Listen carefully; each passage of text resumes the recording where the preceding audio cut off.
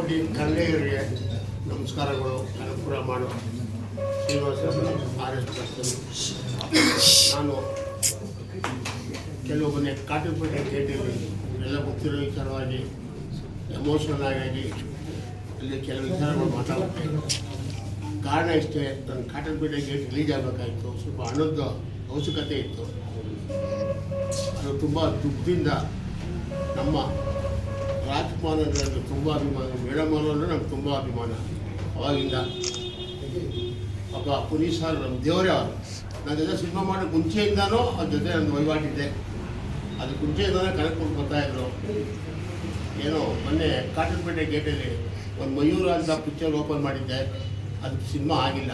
ಕಾರಣಾಂತರದಿಂದ ದೇವ್ರ ನನ್ನ ದುಡ್ಗೋಸ್ಕರ ತಗೊಂಡ್ಬಿಟ್ರೆ ಅಂತ ಹೇಳಿದೆ. ದಯವಿಟ್ಟು ನೀವು ನೋಡ್ಕೊಂಡು ಕನ್ನಡ ಸಂಶಯಕ್ಕೂ ಆ ಮಾತನ್ನ ಇವತ್ತು ವಾಪಸ್ ತಗೋತಾ ಇದ್ದೀನಿ. ಅವ್ರು ದೇವರಾಗಿ ಇರ್ತಾರೆ ಅಂದ್ಕೊಂಡಿದ್ದೀನಿ. ಹಂಗೆ ಇರಲಿ ಅಂತ ಈ ಸಂದರ್ಭದಲ್ಲಿ ಹೇಳ್ತಾ ಇದ್ದೀನಿ. ಶಿವರಾಜ್ ಕುಮಾರ್ ಇರ್ಬೋದು, ಅವ್ರು ನಮ್ಗೆ ಎಷ್ಟೋ ಸಹಾಯಗಳು ಮಾಡಿದ್ದಾರೆ. ನಮ್ಮ ಸ್ಕೂಲೆಲ್ಲ ಬಂದು ಓಪನ್ ಮಾಡ್ಕೊಟ್ಟಿದ್ದಾರೆ. 5 ಸಿನಿಮಾ ಮಾಡಿದ್ದೀನಿ. ಅವ್ರು ಯಾವಾಗ ಅವ್ರ ಉಪಕಾರ ಗೀತಮ್ಮ ಅವ್ರದ್ದು ಇರ್ಬೋದು, ಅವ್ರು ಇರ್ಬೋದು, ಅವ್ರ ಉಪಕಾರ ನಾವು ಯಾವಾಗೂ ಮರೆಯೋಂಗಿಲ್ಲ. ಏನೋ ಸಂದರ್ಭದಲ್ಲಿ ಏನೋ ಸಣ್ಣ ಪಣ್ಣ ಮಾತು ಏನಾರ, ನಾನು ಎಜುಕೇಟೆಡ್, ನಿಮಗೆಲ್ಲ ಗೊತ್ತು, ನಾನು ಓದಿಲ್ಲ, ಮನಸ್ಸಲ್ಲಿ ಏನಿದೆ ಅದು ಹೇಳ್ಬಿಟ್ಟಿದ್ದೀನಿ. ಶಿವಣ್ಣ, ದಯವಿಟ್ಟು ನಿಮಗೆ ಕೈ ಮುದ್ದು ಹಾಕೋತೀನಿ. ನಿಮ್ಮ ಪಿಕ್ಚರ್ ನಾವು ಇನ್ನೂ ಮಾಡಬೇಕು. ಇಷ್ಟೇ ಅಲ್ಲ, ಆಲ್ರೆಡಿ ನೀವು ಮಾಡಪ್ಪ ಅಂತ ಹೇಳಿದ್ದೀರಾ. ಆದರೂ ನಾನು ಏನಾದ್ರು ತಪ್ಪಾಗಿ ಮಾತಾಡಿದರೆ ದಯವಿಟ್ಟು ಸಬ್ಸ್ಕ್ರೈಬ್ ತೊಗೊಂಡವ್ರೆ, ಗೀತಮ್ಮವ್ರೆ, ನಾನು ಕೇಳ್ಕೊತೀನಿ. ಮತ್ತೊಂದು, ನಮ್ಮ ಪುನೀತ್ ರಾಜ್ಕುಮಾರ್ ಅಭಿಮಾನಿಗಳು ಎಲ್ಲರೂ, ಸಾರವೈನ್ ಸಾರ್ ಇರ್ಬೋದು, ಎಲ್ಲ ಇರ್ಬೋದು, ನಿಮ್ಗೇನಾರ ಪುನೀತ್ ಬಗ್ಗೆ ನಾನು ಮಾತಾಡಿರೋದು ನಿಮ್ಗೇನಾರ ನೋವಿಸಿದೆ ನನ್ನ ದಯವಿಟ್ಟು ಸಂಕೊಡಿ. ತಪ್ಪಾಗೇನೋ ಅಂದ್ಬಿಟ್ಟಿದ್ದೀನಿ. ಹಣದ ಅವಶ್ಯಕತೆ ಇತ್ತು ನನಗೆ. ಪಿಕ್ಚರ್ ರಿಲೀಸ್ ಆಗಿಲ್ಲ, ನಿಮಗೆ ಗೊತ್ತು. 2 ವರ್ಷದಿಂದ ಸಿನಿಮಾ ರಿಲೀಸ್ ಆಗ್ತಾ ಇಲ್ಲ. ಹಣ ಥಿಯೇಟ್ರಲ್ಲೆಲ್ಲ ಅಡ್ವಾನ್ಸ್ ಕೊಟ್ಟರೆ ಸಿನಿಮಾ ಆಗ್ತೀನಿ ಅಂತವ್ರೆ. ಅದು ಆರ್ಟಿಸ್ಟ್ ಯಾರಿಲ್ಲ. ಆ ಇದರಿಂದ ನನ್ನ ಸಿನಿಮಾ ರಿಲೀಸ್ ಆಗಲಿ ಅಂತ ದುಃಖದಲ್ಲಿ ಹೇಳಿದ್ದೀನಿ. ಅದು ಬಿಟ್ಟರೆ ಬೇರೆ ಇನ್ನೇನೂ ಇಲ್ಲ, ಇನ್ನೊಂದೂ ಇಲ್ಲ. ನನ್ನ ಪಿಕ್ಚರ್ ರಿಲೀಸ್ ಆಗುತ್ತೆ. ದರ್ಶನ್ ನಮ್ಮ ಬರೋ ಮಾಸ್ ಹೀರೋ. ನಾನು ಫಸ್ಟು ಅವ್ರಿಗೆ ಜೊತೆಲಿ ಕುತ್ಕೊಂಡು ವರ್ಷಾಂಗಟ್ಟಲೆ ನಾವು ಮಾಡಿರೋದು. ಅವ್ರೇನೋ ಕಾಸು ಪಾಪ ಶೂಟಿಂಗ್ ಕೇಳಿದೆ, ಪಾಪ ಕಷ್ಟ ಇರುತ್ತೆ ಏನೋ, ಕರ್ಸಿ ನಾನು ಕೊಡ್ತೀನಿ ಶ್ರೀನಿವಾಸ್ ಅವರೇ, ಸ್ವಲ್ಪ ಕಾಲಾವಕಾಶ ಕೊಡಿ ಅಂತ ಕೇಳಿದ್ರು. ಆಯಿತು ಅಂತ ನಾನು ಬಂದ್ಬಿಟ್ಟೆ. ಅವರು ಪಾಪ ದುಡ್ಡು ಕೊಡಬೇಕು ಅಂತ ಅಂದಿದ್ದೀನಿ. ತಪ್ಪು ದರ್ಶನ, ನೀವು ಯಾವಾಗ ಗೊತ್ತಿರೋ ಬನ್ನಿ, ದೇವ್ರು ಒಳ್ಳೇದು ಮಾಡ್ತಾರೆ, ನೀವು ಬಂದೇ ಗೊತ್ತಿಲ್ಲ. ಬಂದಮೇಲೆ ನಿಮ್ಗೆ ಸಿನಿಮಾ ಮಾಡಬೇಕು ಅಂತ ಆಸೆ ಇದೆ. ನನ್ನ ಆಸೆನ ಕನಸು ಮಾಡಿಕೊಡಿ, ಅಷ್ಟೇ ಕೇಳ್ಕೊಡು. ಧ್ರುವ ಸರ್ಜಾ ಇರ್ಬೋದು, ಅವರು ಅಷ್ಟೇ. ನಾನು ಆಲ್ರೆಡಿ 3 ಸಿನಿಮಾ ಮಾಡಿದ್ದೀನಿ ಧ್ರುವ ಅವರೇ. ಈ ಸಂದರ್ಭದಲ್ಲಿ ಕೇಳ್ತಾ ಇದ್ದೀನಿ, ನಾನೊಬ್ಬ ಹಳ್ಳಿ ಹುಡುಗ. ದಯವಿಟ್ಟು ನೀವು ಆರ್ಟಿಸ್ಟ್ಗಳು ಬೇಕು ನಮಗೆ. ಆರ್ಟಿಸ್ಟ್ ಇದ್ದರೆ ಸಿನಿಮಾ ಮಾಡೋಕ್ಕಾಗಲ್ಲ. ದಯವಿಟ್ಟು ನಮಗೊಂದು ಕಾನ್ಸೆಪ್ಟ್ ಕೊಟ್ಟು ನೀವು ದುಡ್ಡು ಏನೂ ಕೊಡಬೇಡಿ. ನಿಮ್ಗೆ ಏನಾಗಿ ಕೊಡಬೇಕು, ಇವಾಗ ತೊಗೋತಾ ಇದ್ದೀರೋ ಅಷ್ಟೇ ನಾವು ಕೊಡ್ತೀವಿ. ಒಂದು ಒಳ್ಳೆ ಡೈರೆಕ್ಟ್ರ್ ಕರ್ಕೊಬರ್ತೀನಿ, ನನಗೆ ಸಿನಿಮಾ ಮಾಡಿಕೊಡಿ. ಅದು ಬಿಟ್ಟರೆ ಬೇರೆ ಇನ್ನೊಂದೂ ಇಲ್ಲ. ಆಮೇಲೆ ನಮ್ಮ ಡೈರೆಕ್ಟ್ರ್ ಇರ್ಬೋದು, ಪ್ರೇಮ್ ಇರ್ಬೋದು, AP ಅರ್ಜುನ್ ಇರ್ಬೋದು, ಅವರು ಇವೆಲ್ಲ ನಮ್ಮ ಚೇಂಬರಿಂದ ಎಲ್ಲರೂ ಮಾತಾಡಿದ್ದಾರೆ. ಇಲ್ಲ ಸಿನಿಮಾ ಮಾಡಿಕೊಡ್ತೀನಿ ಅಂತ ಹೇಳಿದ್ದಾರೆ. ಅವರು ಸಿನಿಮಾ ಮಾಡೋಕ್ಕೆ ಒಪ್ಕೊಂಡಿದ್ದಾರೆ. ಅವರು ಇಂಥ ಸಂದರ್ಭ ಹೇಳ್ತೀನಿ, ನನಗೇನು ನಿಮ್ಮ ದುಡ್ಡೇನು ಬೇಡ, ನಮಗೆ ಸಿನಿಮಾ ಮಾಡಿಕೊಡಿ, ಒಳ್ಳೆ ಕಥೆ ಮಾಡಿಕೊಡಿ. ಯಾಕೆ 4 ಜನಕ್ಕೆ ಅನ್ನ ಸಿಕ್ಕಲಿ ಅಂತ ನಾವು ಬಂದಿರೋದು. ನನಗೂ ದೇವ್ರು ತಿನ್ನಲಿಕ್ಕೆ ಉಣ್ಣಕ್ಕೆ ಎಲ್ಲ ಕೊಟ್ಟಿದ್ದಾರೆ. ಅದು ಬಿಟ್ಟರೆ ಬೇರೆ ಏನಿಲ್ಲ. ದಯವಿಟ್ಟು ನೀವೆಲ್ಲ ಸಹಕರಿಸಬೇಕು. ಇನ್ನು ಕನ್ನಡ ಇಂಡಸ್ಟ್ರಿ ನಾನು ಉಳಿಸ್ಕೊಳ್ರಿ. ಕನ್ನಡ ಇಂಡಸ್ಟ್ರಿ ಇನ್ನು 10 ಸಿನಿಮಾ ಮಾಡೋಕೆ ಅಂದ್ಕೊಂಡಿದ್ದೀನಿ. ಇನ್ನೂ ಒಂದು 15 ವರ್ಷ 20 ವರ್ಷ ಮಾಡಬೇಕು ಅಂದ್ಕೊಂಡಿದ್ದೀನಿ. ನಾನು ಇನ್ನೂ 65 ಏಜು, ಇನ್ನೂ 10 ವರ್ಷ ಮಾಡ್ತೀನಿ ಅಂತ ಅಂದ್ಕೊಂಡಿದ್ದೀನಿ.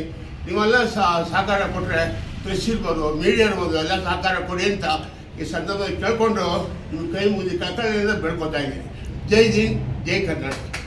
ಸರ್, ಈಗ ಇಷ್ಟೆಲ್ಲ ಆದಮೇಲೆ ಜೋಗಿ ಪ್ರೇಮ್ ಸರ್ ಜೊತೆ ಏನಾದರೂ ಮಾತುಕತೆ ಆಯ್ತಾ? ಯಾಕಂದರೆ ಅವರು ರಾಜಿ ಸಂಧಾನಕ್ಕೆ ಒಪ್ಪೋದಕ್ಕೆ ರೆಡಿ ಇಲ್ಲ.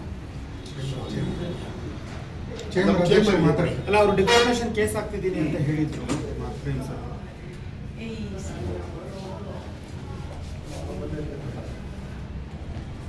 ಶ್ರೀನಿವಾಸ್ ಅವ್ರನ್ನ ಕರೆದು ಉದ್ಯಮದಲ್ಲಿ ನಡೆದಿರ್ತಕ್ಕಂತಹ ವಿಚಾರವನ್ನು ಅವರಿಗೆ ಮಂಡಿಸಿ,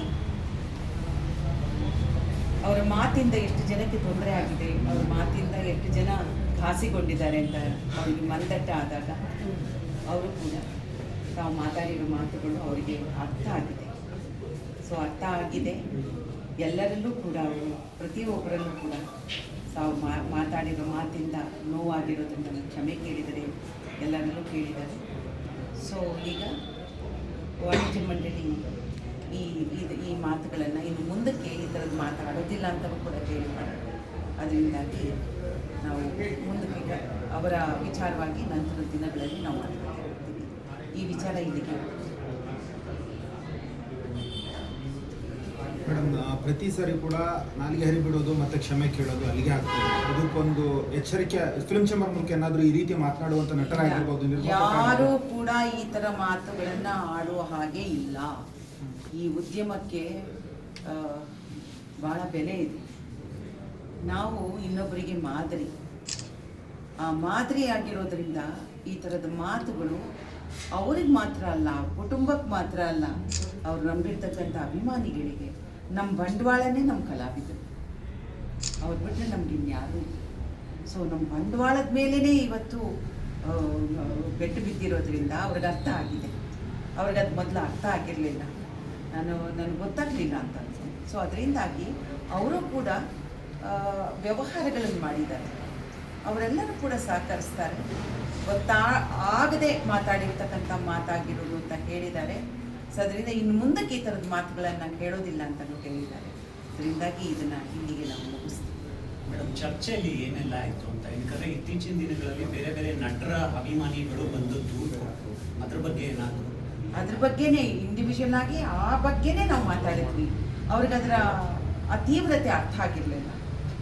ಅಂದರೆ ಒಬ್ಬ ಕಲಾವಿದರು, ಒಂದು ಪ್ರೇಕ್ಷಕರು ಅವ್ರು ಬಂಡವಾಳ ಹಾಕಿದ್ರು. ಆದರೆ ಅದು ಗ್ರಾಮಾಂತರ ಭಾಷೆಯಲ್ಲಿ ಆ ಥರ ಅವ್ರು ಮಾತಾಡಿ ಅವ್ರಿಗೆ ಅಭ್ಯಾಸ ಆಗಿ ಮಾತಾಡಿಬಿಟ್ಟೆ ಅಂತ ಹೇಳಿದ್ರು.